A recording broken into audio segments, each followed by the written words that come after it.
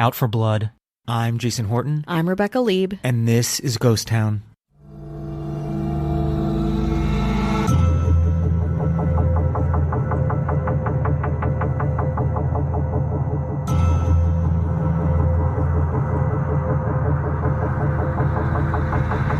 We've talked about Anne Rice on this podcast before.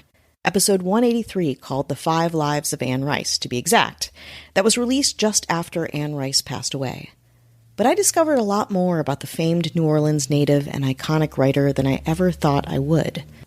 More specifically, her bizarre and intense rivalry, in life, and perhaps also in death, with another New Orleans legend, Al Copeland. If the name Copeland doesn't ring a bell, you'll know his claim to fame.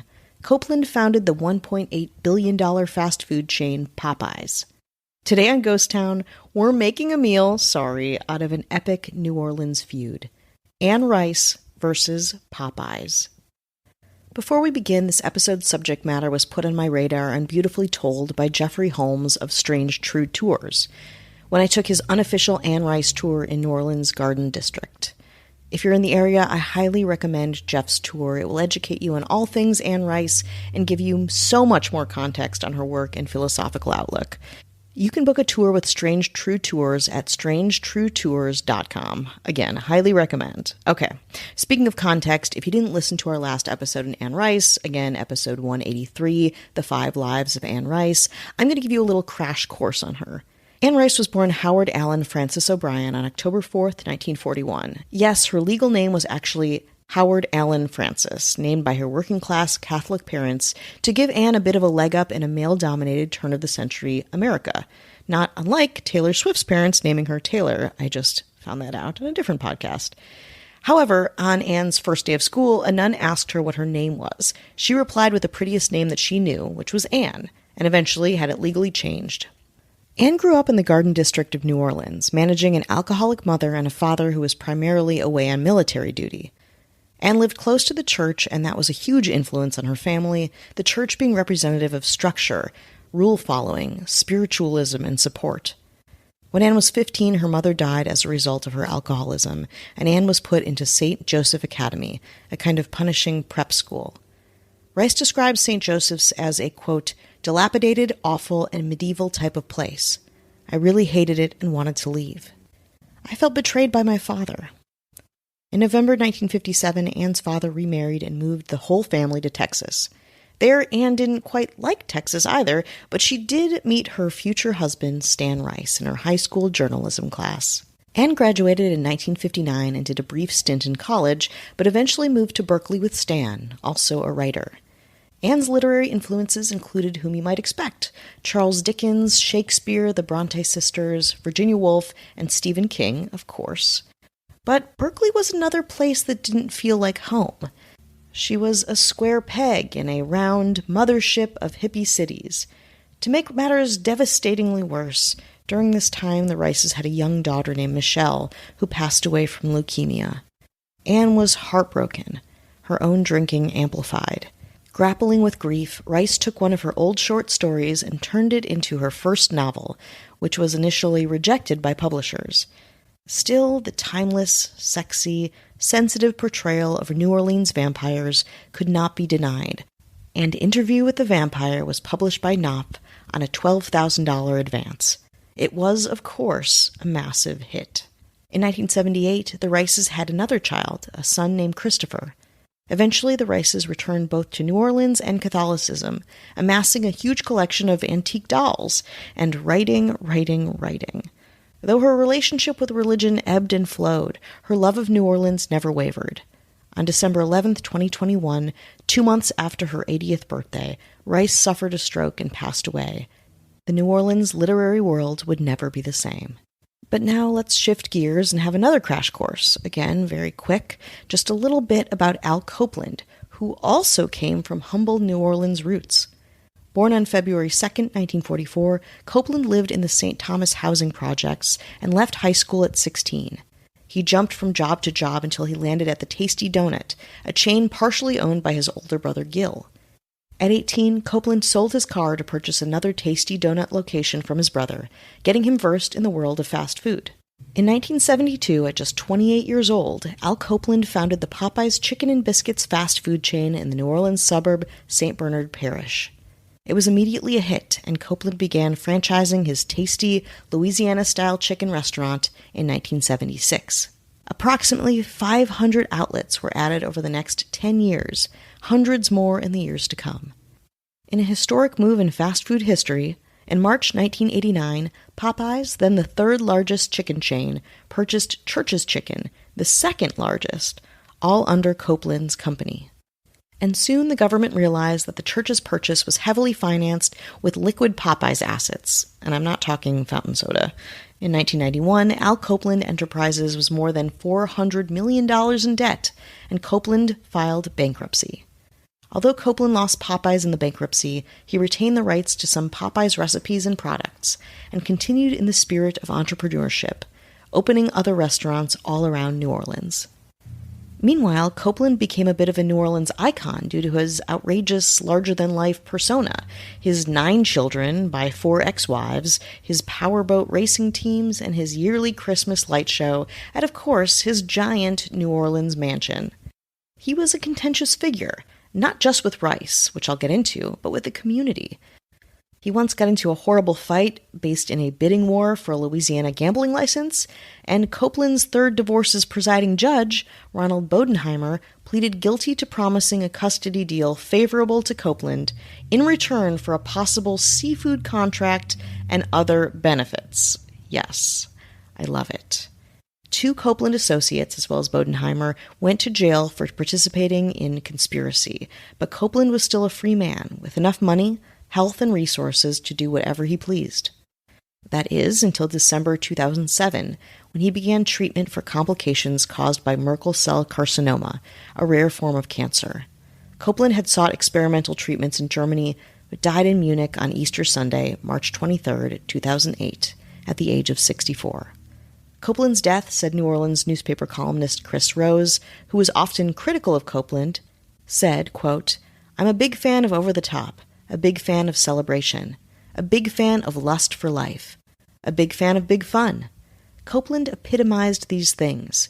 He was one more guy who put his life on display for all to see, another example of talking too much, living too large, and laughing too loud. Those New Orleans attributes that sometimes make folks elsewhere a little leery of this place."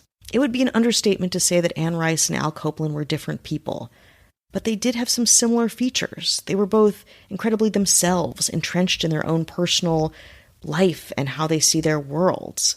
They were highly successful and fiercely loyal to their city, the city of New Orleans. This love of city, as Chris Rose referenced, coupled with their stubborn, individualistic natures, would get them into big trouble with one another. More after the break. Hey friends, welcome to Season 5 of The Activity Continues, a paranormal podcast. I am Amy, the producer and host of this show, along with Megan and the other Amy. We are 3 soul friends who love to talk about the Dead Files TV show, along with other spooky and spooky adjacent things. Hi everyone, I'm Megan, our resident scaredy cat. I love this stuff, but it absolutely terrifies me. It doesn't terrify me. Me neither. Most of the time. Hey everyone, I'm the other Amy, sometimes referred to as Amy, ABP, or AP, and I'm the voice of reason in the chaos, trying to keep these 2 spooky, goofy, lovely ladies in line. We're creating a community of like-minded friends who love to discuss all things paranormal. Come join us, where the activity continues. Hi, hello, how are you? Hello. How's it How are you going doing? there? Is it and you doing okay? Oh, Yeah. one and not the other? Both? Both? All the above. I don't know. You tell us. You tell us, Yeah. and we won't hear it, but we'll feel Right. it. Yeah. We want to say hello to anyone who's listening, supporting us, spreading the good word of Ghost Town. We thank you. We couldn't do it without you. You could do everything without us very easily. Just a little inspiration for your day. We cease to exist without you, but you, without us, are the same, if not better. You know what makes everything better? A little Ghost Town government. Ooh, yeah. Rules and regs, baby. Rules That's and regs. right. We need them. Who's going to enforce them? These guys. Well, in the spirit of fast food, we're throwing some other hats in the ring. Some fast food moguls. Coming in hot. Coming in red hot. Coming in Wendy's style. We're talking salad bar. We're talking Frosty machine. We're talking putting French fries in the Frosty. Wild stuff. That's the brand new CFO, CEO, CTO. FYI, that's Emma Hopkins. Hello. Coming in nice and cool, baby. You love soup. You love plantations. You don't love that they're out of business, but you're going to love who's bringing it back. 8 zillion soups. 1 or 2 kinds of pizza. Some muffin. Gluten-free. 1 gluten-free muffin option. I know. And then some random breads, which is pretty much just the pizzas. And also, are they bread or flatbreads or ciabattis? Like, it's a real free-for-all over there. Thank you. Well, we'll have to ask the one that's bringing it back, Casey Weber. Hello. Coming in spicy. Coming in nice and spicy. How many spices? I forget how many spices are in the secret recipe to KFC. I don't know how many there. It's probably mostly just salt. The secret is salt. You heard it here first. Why don't they keep the popcorn chicken full time? I don't know if it is or not, but that was my favorite part. And hopefully, this brand new CEO will bring it back. That's Matthew Clemens of the Ray. Hello. Coming in royalty style. We're talking the king of burgers, the Burger King. The classic number 2 or 3. Or 8 or 5. We don't really know, but one of my favorite things when I used to work at a Burger King was the Burger Buddies. There were 2 little mini burgers that were connected. Oh, I love Burger Buddies. It's like a real, like, slider situation you're describing. Also, White Castle. The closest thing to a friend. They were my buddies. Eat your friends, I guess. Well, I know who's going to bring that back. That's going to be Marissa Rothermel. Hello. Coming in slick and definitely overpriced, but nobody seems to care because the marketing is so slick and the food's pretty decent. They say it's a shack, but why is everything so expensive in a shack? I don't know. Maybe I want to ask the CEO of Shake Shack, Kelly Meehan. Hello. Why are there 2 in the JFK airport next to each other? Answer me, Kelly. You love chicken. You love anything that's orange. I know I do.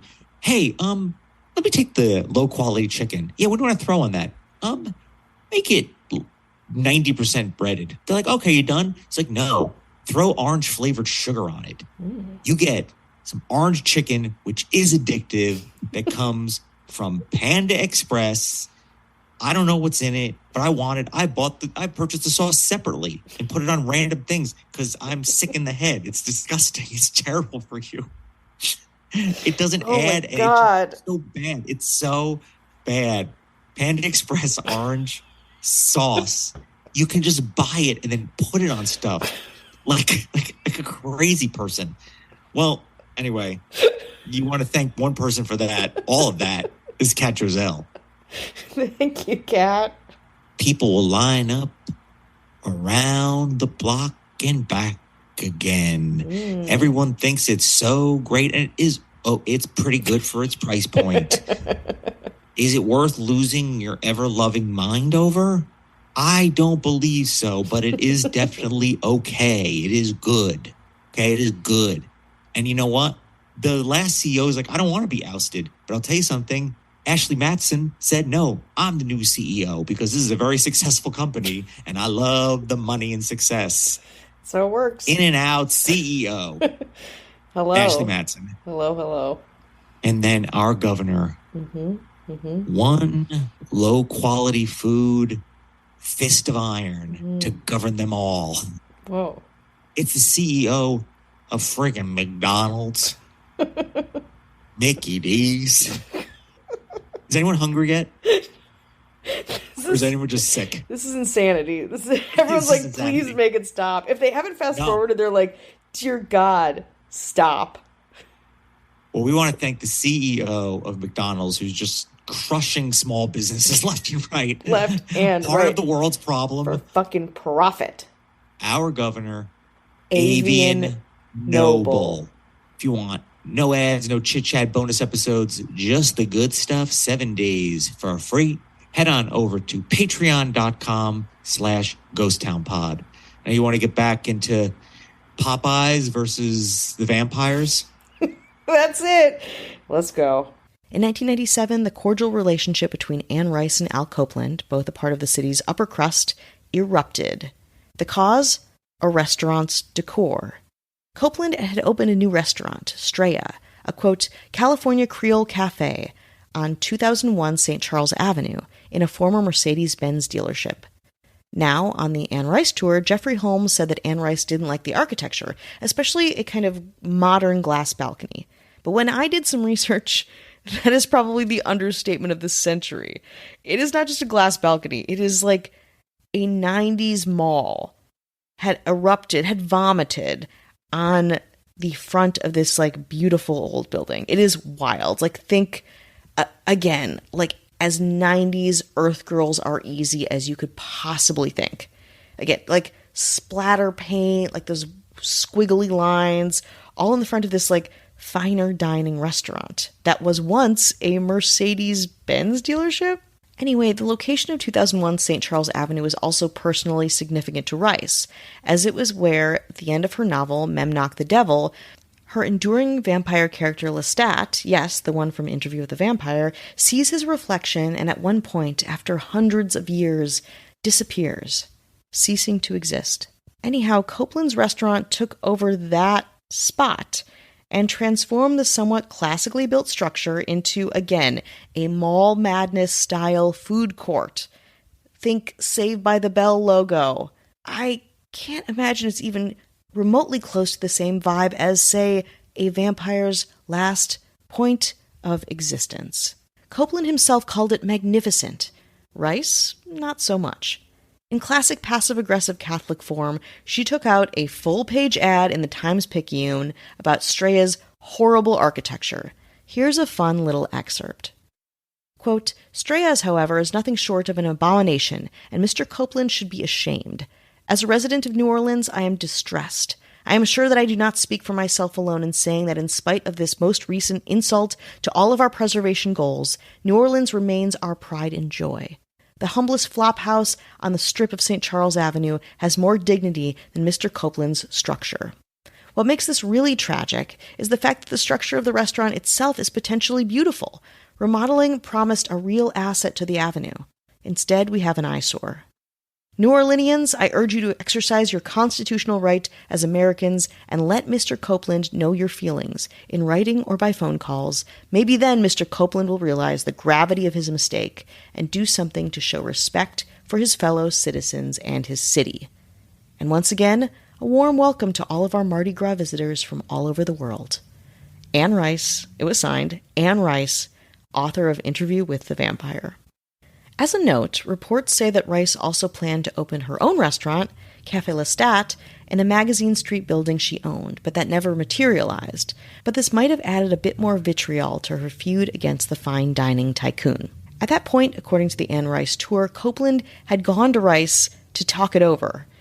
After this, again, this giant page ad, just Rice displaying her thoughts, a call to action to the community. But apparently, when Copeland went over there, she did not answer the door. Not to be outdone, however, Copeland responded with 2 full-page ads in the Time-Picayune, saying he was, quote, so shocked that I went to your home to talk it over. Quote, in fact, I think Straya has the same warm peach color that you have in your own St. Charles Avenue house down the street, he wrote. He ended his response saying he was, quote, putting a little extra garlic in the food at Straya, keeping a crucifix under my pillow, and carrying a wooden stake for good luck. He also pitched the idea of launching a month-long Find Lestat promotion and dressing his staff like vampires. Though his obituary says Copeland's playful ribbing was all good-natured, the restaurateur eventually sued Anne Rice for libel, claiming Rice had defamed him and that she had violated fair trade laws because, quote, her comments were made in the context of her being a business competitor. The suit was eventually thrown out, and Copeland, accepting defeat, invited Rice to a nice civilized dinner. Rice declined, according to, again, Copeland's 2008 obituary in the Times-Picayune. The two never made amends before Copeland died in 2008. And in a bit of twisted New Orleans irony, Al Copeland and Anne Rice's graves are just feet from each other at the Metairie Cemetery in New Orleans. Wild, right? It was as if it was destiny for Anne Rice, this prolific author, this business person, and Al Copeland, this genius entrepreneur, to be contentious New Orleans larger-than-life neighbors, both in life and in death. If you want to learn more, reach out to Jeffrey Holmes. He's an incredible historian that we will no doubt be talking to again. He hosts New Orleans tour Ghost Legends, Lore, a Lee Harvey Oswald tour, a Garden District tour, the Big Sleazy tour. He is so knowledgeable, and the subject matter is obviously something that's very close to my heart. If you're in New Orleans, I would highly encourage you to book a tour. Thanks again, and we'll talk a little bit more about food on Friday.